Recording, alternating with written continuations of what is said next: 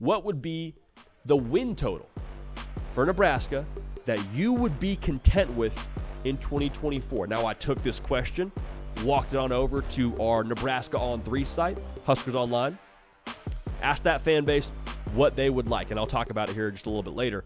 Vegas has got Nebraska pegged at over-under preseason 7.5 wins. Now, this fan base, again, we said at the top of the show, I'll say it again, they are starved. They are hungry. Not hungry with a U, hungry. All right? They have been told now year in and year out, hey, this is the year you make a bowl game. This is the year. Hey, get ready. Hope you don't have plans for Christmas because you better get ready to go to a bowl site. And then every single year for the last few years, since 2016, that has not been the case. Let's unpack their previous records. Nebraska fans, you want to cover your ears, you want to mute the show for a second, go ahead and do it. 2021, they were 3-9. 2022, they were 4-8. In 2023, they were 5-7. Now, I believe in both 2022 and in 2023, they had 5 one-score losses. In 2021, I think they had a bunch of one-score losses as well. So the bottom line here is it's been close but no cigar. It's been right there, but the details have been a little bit of the Achilles heel, if you will, for our folks out there in Lincoln. So I say all that to say with the 5 one-score losses, I think it's worth noting that if 2 of those one-score losses, a couple of different plays break your way, you're 7-5, and this is a different conversation, but neither here nor there. The good news, though, you got Matt Rhule as your head coach. You say, why is that good news outside of him giving absolutely fire pregame speeches, which if you haven't checked those out on the socials or on YouTube, I would encourage you to go do that after this show. The reason why that's good news is Matt Rhule is a builder. We've seen it many a time from both Temple and Baylor, taking them from the ashes and taking them to college football relevance and competing for conference championships. His average improvement from year 1 to year 2 at a specific program between Temple and Baylor is 5 wins. The Big Ten, granted, is more difficult than the American Athletic Conference or the Big 12, but still, 5 wins, that should give you a little bit of optimism. If you improve 5 wins from last year, if you're Nebraska, you're 10-2. Now, I'm not calling my shot for Nebraska to go 10-2 this season, but if you're just trusting the trends, you want to take that at face value, hey, all right, we're cooking a little bit here. The other good news with Matt Rhule is he is a detail guy. And I can speak to this with a little bit more authority here because I was under Matt Rhule's tutelage, which is a very verbose way to say that. I played for Matt Rhule for like all of a few months. And the way that he runs his program, it is all about the details. It is about the socks you wear. It is about how you leave your locker. It is about how you do drills. It is about, do you false start on a drill? And if you don't do any of those things the way that he wants it done, from the top down, his staff does a phenomenal job. A lot of those guys that were at Baylor are now with him in Nebraska. He will make sure that you redo it and you do it right the next time. Why is that important? Y'all, you lose 5 one-score games, that's details. And last year was year 1, so they're still kind of installing those processes and procedures and culture. But that's not going to carry over long-term at Nebraska, I promise you. If it truly is razor-thin margins year in and year out for Nebraska, they're eventually going to end up on the right side of those things. And that's not me pitching you this, what's the probability it happens again? I'm telling you, with Matt Rhule, with the way that he hones in on the details, it's not going to happen again. There will not be another year, as long as he is the head coach, where you have 5 games decided by 1 score. Not going to happen.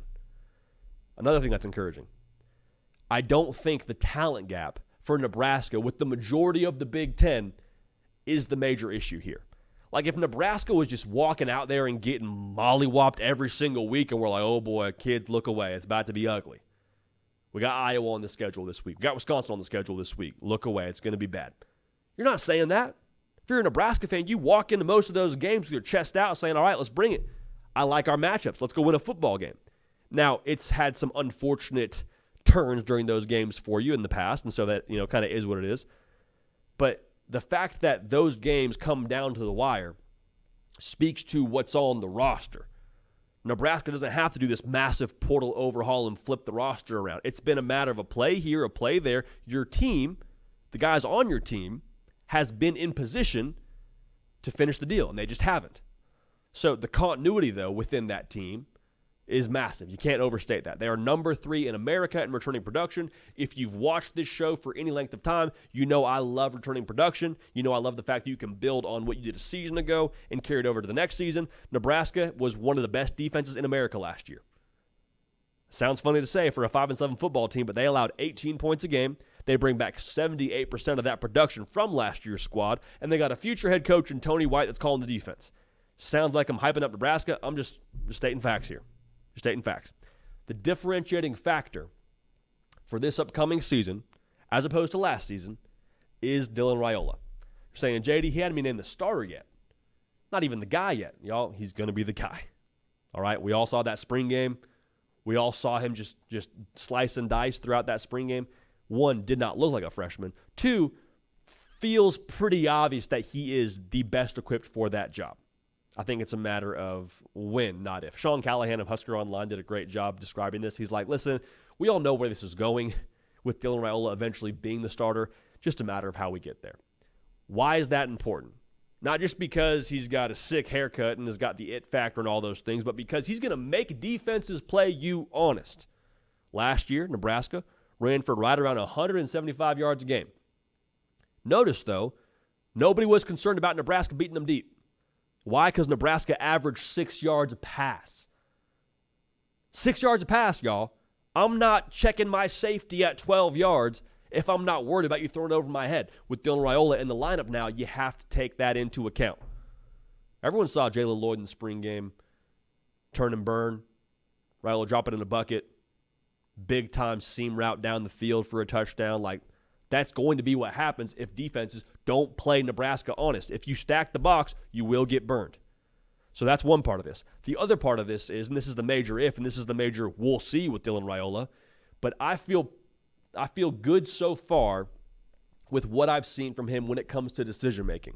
Now, I'm taking a lot from a little right now, and it's June, so like it is what it is.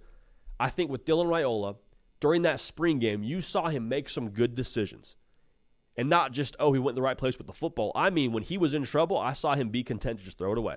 Now, that's going to be a tough habit to break if you're able to do things like that in high school where you run right and throw across your body left and you're just making superhero plays left and right. It's going to take some time to get all the way acclimated to that. But from what I saw in the spring game, I'm like, okay, he's learning, he's growing, he's adjusting to the college game. It doesn't look like it's too fast for him or too much of a moment for him. So what should you expect from Nebraska to kind of answer this question and bring it home here?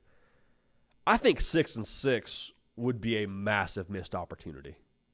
Just like it would. With all the guys you got back, with Dylan Raiola now probably going to be your starting quarterback, and he's got several years, like they could legit start 7-0. And that's not me calling my shot right now, but like going into Ohio State, they could be 7-0. They got UTEP, Colorado, Northern Iowa, Illinois, at Purdue, Rutgers, and at Indiana. They beat Illinois and Purdue a season ago without Dylan Raiola. With still being, in my mind, acclimating to the Matt Rhule way of doing things. So if they go 7-0 and finish 7-5, that script would be a little bit wonky because you go from winning 7 straight to losing 5 straight. You probably wouldn't feel great about that. However, if you go 7-5 and you get wins over Iowa or a win over Wisconsin, that probably feels a little bit better. The big swing games to me is at the end of the season, those final 3, where you got Wisconsin, USC, Iowa. Like those three games are going to be, to me, the deciding factor as to how high they finish or how well of a record they finish with. So I think 8-4 fires you up. I think 8-4 is probably the record I would be most content with if I'm a Nebraska fan. One, you hit the over. So if you put some money on the boys to cash out over 7.5, like, hey, more power to you. Buy the Christmas presents a little bit early. But the bigger part for me, if you go 8-4, it validates that you were never crazy as a Nebraska fan. You were never crazy because you were always piecing back the season together. And we did it with Will Compton. I think it was this time last week. We sat down with him, and he walks me through, hey, we legit could have been 9-3. We legit could be 10-2. And you're breaking down a play here, a play there, because that's all it is in a one-score game, a play here and a play there. But if you go 8-4, you're like, see, when we put it together, we got the roster talent to be able to compete with a lot of these teams in the Big Ten. Are we the Big Ten champions just yet? Maybe not, but are we a 5-7 football team? I don't think so. I don't think so with what they have in house. Now I'm not trying to get the place too hyped up. I'm not trying to oversell you on Nebraska, but I will just say this. I don't think 9-3 is irresponsible. I don't think 9-3 should be your standard of what you hold this football team to, but I do think that 9-3 is attainable. Going back to what I said, those swing games, the last three, at USC, Wisconsin, and Iowa, those 3 games will determine if you're able to get to that 9-win mark. The big differentiator for Nebraska, you just needed structure, you need quarterback play. And quarterback play doesn't have to look like first-team All-Big Ten. Quarterback play could just simply look like, hey, you don't throw the football to the other team. Period. Like Dylan Raiola, if he goes for, let's call it, 18 or 20 touchdowns and 6 interceptions, I think that is a 8-4 stat line. I really do. Because the defense is good enough, the run game is good enough, the culture, I believe, will be good enough to be able to win those close games. And heck, Nebraska, they got to 5-7 a season ago, had 5 one-score losses. There's that number again, but they were giving the ball away like it was, a freaking shoe drive. Like they were just handing it out, anybody to everybody. Like Christmas Day, you get a present, you get a present, you get a present. I don't think that's going to be the way that goes this coming season. So for me, 8-4, I think is what you would be content with. Anything more than that, you're fired up. And this time next year, if you go 9-3 this upcoming season, you go to next year, you're like, all right, Big Ten title. Let's make that jump. Talk about that when it gets here. We'll unpack those things a little bit more in depth if that is the situation we walk into in 2025. But for 2024, Nebraska 8-4 would be money. Hey y'all, thanks so much for watching. Subscribe to the channel here to make sure you don't miss an episode of The Hard Count. Also be sure to check out other videos on the On3 YouTube channel.